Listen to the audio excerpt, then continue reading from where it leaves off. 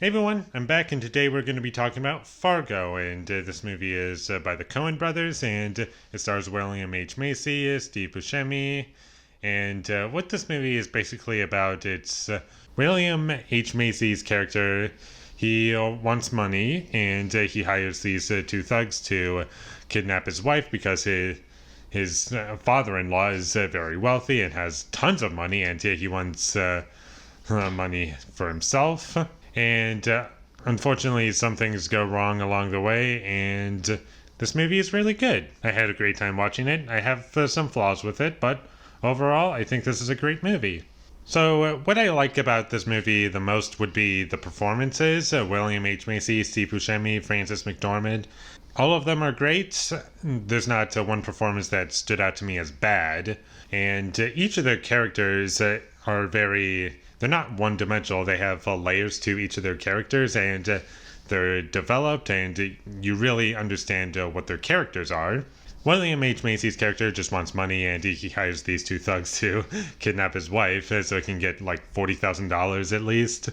And that's pretty much his character, and things kind of go wrong along the way, and there's a lot of drama with him hiring two guys to kidnap his wife, and he has to deal with a lot of people asking like, should we call the cops? And he's like, no cops. I don't want any trouble, because he knows if he gets the cops involved, then things are going to go wrong very quickly.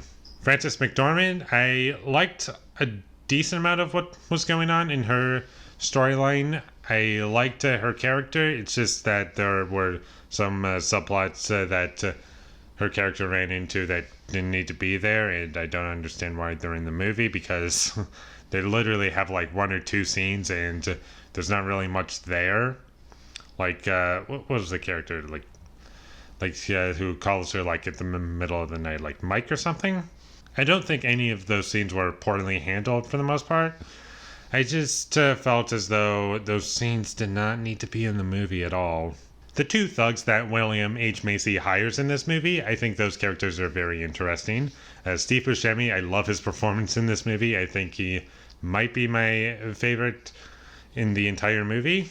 His character, he makes mistakes, and everyone calls him funny looking, like a funny looking guy. And it was pretty funny. And there are some funny scenes in this movie.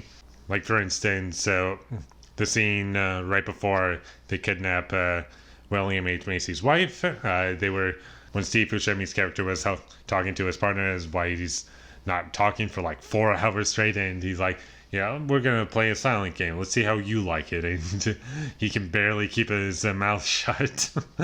Whereas the other one is just always quiet. He's always just so focused on one thing. And that made that character interesting, because he doesn't have any emotions about anything. He just does one thing and one thing only, and that's it. There's nothing else to his character, but he's still interesting, and he barely moves, he barely speaks, he barely turns his head. And I think that character was interesting for those reasons. Keep in mind when you watch this movie, not a lot happens, but I think it's well paced for the most part, if you just trimmed out a couple scenes that didn't need to be in the movie.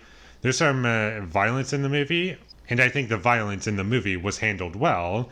And there's one scene in particular, it's the most iconic scene in the movie, and it's at the end, so I can't say what it is, but it was very effective. It had all looked real, and I have no complaints with any of the practical effects. The blood looked like blood for the most part. There was like one scene where Steve Buscemi was his hands were red because they were covered in blood, and I thought the blood looked a little too bright.